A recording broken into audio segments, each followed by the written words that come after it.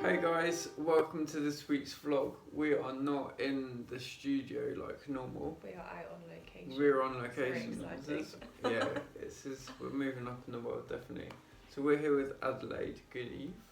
Yeah. And I finally nailed it. I've got your name. You did, you nailed it. So Adelaide works with elite triathletes, and I'm sure she works with other athletes too, but a lot of elites. And we have been working together with Adelaide to do some videos all about kind of Mindset. training your brain, basically. You know, positive mindset, good language, visualization. What we're going to do is give you a little bit of a taster in this week's vlog. So we're going to talk this week about training your mindset to do better. Well, we're not. Adelaide is. We're not the experts. So yeah, the expert is going to do the talking. So basically, Adelaide, I'm going to put you on the spot now. Go for it. People watching that won't know who you are. We know you from, well, we don't know you, we've just met you, but we found out about you from the Triathlon show in London. And obviously you're kind of a well-kept secret. So mine, you know, we said psychology is something that's undertrained in a lot of high-level sports. Some sports it's not, so you see it more in football, rugby, you know, it's becoming better, but endurance sports and the whole endurance athletes don't really train it enough, so we're going to kind of hand it over to you. So tell everyone about yourself. Sure, so it's a great question. There you go, under pressure. So how I came into becoming a mindset coach or a brain trainer is in my late teens, early 20s, I had severe chronic fatigue syndrome, or ME. I had it for about 4 years. And for those who don't know what it is as if your battery pack is kind of being like ripped out and you can't recharge your batteries and you can't put your batteries back in. So you're exhausted all of the time. But it's not a tiredness when you've been hungover or when you've done like an intense training session. It's one that's kind of like in your bones. It's a kind of a strange feeling. And it doesn't matter how many hours of the day you sleep, which is pretty much all the bloody hours, you're still really, really tired. And what's weird about chronic fatigue syndrome, or ME, is there's not a definitive test for it, so they can't take your blood and be like, yes, you have it. It's a process of elimination. So once they've eliminated all other possibilities, you then get given this diagnosis. And again, there's not a cure for it either, so it's not a tablet or a medical procedure to help you fully recover from this. It's also a quite hotly debated subject as to whether you can fully recover. For me, I believe you can, because I believe I have. But there's also debate around the different processes you can use, the different methods you can use to help yourself as well. For me, I tried lots of different alternative ones because I didn't find Western medicine was providing the results I wanted. And so I dived into nutrition, homeopathy, all that kind of stuff. And then one thing that worked for me was something that combined neuro-linguistic programming, hypnosis, and life coaching into a process. And it was a 3-day course, and in those 3 days I learned how to spot the trigger that was telling my brain to travel down this pathway to trigger this chronic fatigue, how to stop it from happening, how to change it, so how to rewire my brain to achieve the desired results.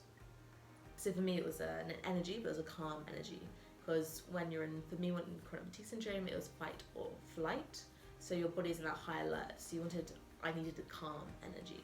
And in 3 days I fully recovered. For me, it was pretty remarkable. So from going barely being able to get out of bed to then walking the dog, getting up in the morning, and suddenly having a normal life. And chronic fatigue will affect people in different ways as well. So I also had a whole bunch of other issues, some stemming from childhood actually, and they also disappeared because I was able to rewire my brain, and those were the knock-on effects, which was also for me very remarkable. Because some stuff I thought I'd have to live with for the rest of my life, I no longer live with. So it was amazing, and I suddenly realised how powerful our brain, how powerful our mind is, and how powerful that mind-body connection is as well. So I took a couple of years out, travelling, doing different jobs, finding out what I love to do and what I didn't love to do. But I did have a relapse. 2 years later, I was pretty unhappy where I was. I was studying at university, doing geography again, trying to get a degree, because I had to quit from the last time. and I had a relapse, and I decided that I needed kind of more arrows in my bow. And so I went back to the Phil Parker Training Institute, who trained me in the first place, and I started going on their training courses. And it was on these training courses I realised just how powerful our mind is, and I started learning all these different techniques. It was just fascinating to me. I also started my journey into triathlon as well. At that time, I just fell in love with the sport, I fell in love with the community. I was also very well connected with the adventure community at this time. So I wanted to combine all of my passions together, so I started training and teaching people how to use their mind to overcome the problems that they were currently experiencing. And it's kind of just gone from strength to strength from there. And then I've also trained with Switch, which is a brain training app. So you have over 40 cognitive drills that I can now choose from and inflict a hell of a lot of pain on my athletes. It is horrible. These cognitive drills are really horrible. They're quite nasty actually, because you're literally falling asleep. But the idea is to train your mind using these cognitive drills based on research from the 60s to train your brain for resilience, which is obviously one of the key things in your sport, but also to train your brain to resist fatigue, which is the number one performance impairment experience, I guess. Yeah, so if you like what you hear, we can send them over to you and you can upgrade the brains. Yes. Yeah, Pretty cool. You can level up your brain. Yeah, sounds good. We're going to sign up. So you've done Ironman. Yes. You're doing an Ironman. Yeah, I've done one Ironman, did Ironman Barcelona 2 years ago, then I did a half Ironman in Braveheart, and then I got another Ironman in 6 weeks. And you're going to work for Norseman, but you're also going to do Norseman next year. Yes, I currently work for them. It's I'm hoping to get on the crew race. It's not confirmed yet. I need to ask. I was talking to a media director, and he's like, I can probably get in. And so I just need to build up the courage to ask Doug. Yeah. And We've kind of done that. We've sort of done that. If he's watching, hopefully he'll say, yeah, okay, we'll let you do that. Hopefully we'll see. So, you've got calibre, basically. You're a bit of an expert. So we know that, and you know that. But some people might not realise that. So what we're going to do for the vlog today is Adelaide is going to give you 3. Should we say 3? Yeah. 3. Oh, 3. You're under pressure. Just 3 simple, basic, effective techniques to kind of upgrade.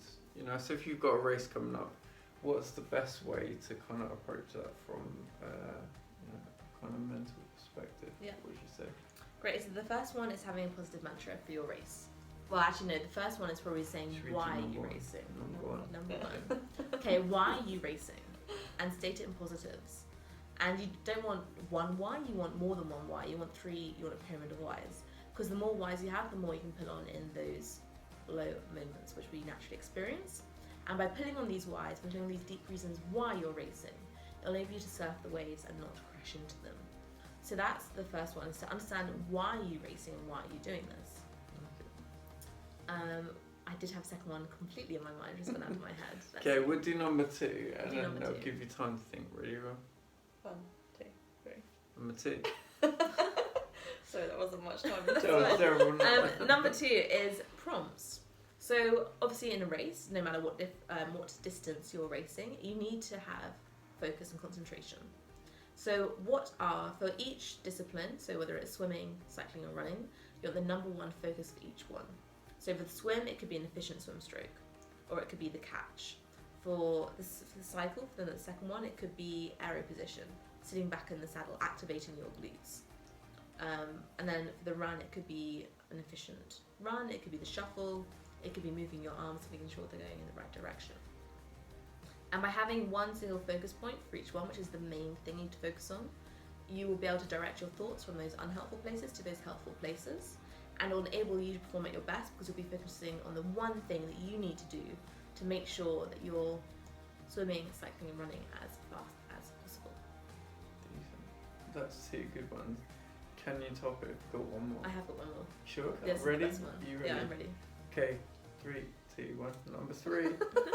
Go. So number 3 is actually a very popular one. It is the cookie jar. Oh, everyone loves it. I love Everyone cookies. loves cookies. Yeah. I mean, I wish I was talking about chocolate chip cookies. I'm afraid I'm not. So our motivation and our confidence levels are based on evidence. And evidence is really important. And it doesn't matter if it's coming from triathlon, another sport, or maybe even outside. It's just proving to yourself that you can do something. So maybe you brought a house, great, put that into your cookie jar. This proves, it gives you evidence, it gives you confidence, motivation that you can achieve your goals that you set out to accomplish. This has really been very popular with athletes, with triathletes, climbers,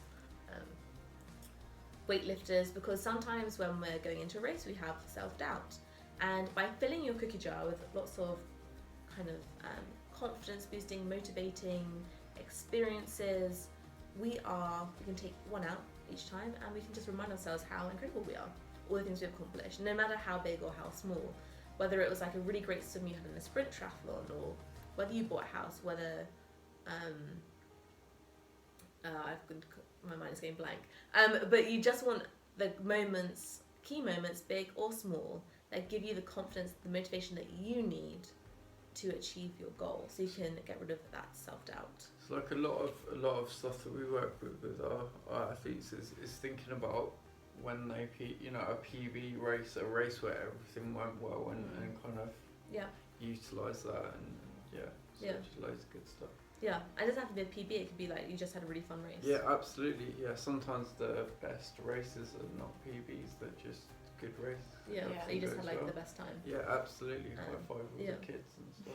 Yeah. It's good. And then you can also use examples outside of the sport as well, which can be helpful. So whether you got that A in the exam, or you did that like random challenge with a friend, or you passed your driving test, like all those things where you've accomplished something. And I'm guessing that's important as well, isn't it? Like stuff in the sport can not quite often be just performance related, or it's actually things you would accomplish outside them. Sometimes would be Yeah, it could be that even maybe you had a not the best ride, but maybe it was your first century ride.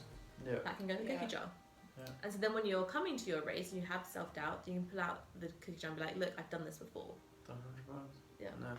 I've done this before, or I did that time, like, oh yeah, I overcame that challenge, or I had that really fun race. And so you have all of these cookies in your cookie jar that you can pull out before the race, during the race, anytime you want.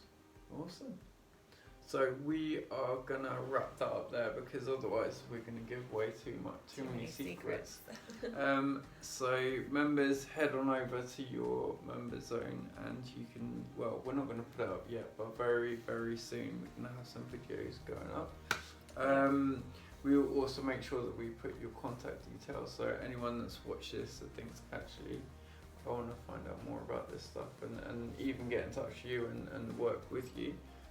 We'll do that, and it'll be cool. So thank you very much for helping us out. For reaching out and having me on. Yeah, that was slightly less awkward than we normally are, wasn't it? That was good. We're learning, we're getting better. So thanks for watching, guys. We're gonna wrap it up now and drive home. Yeah. See you later. See you next week. Bye. Bye.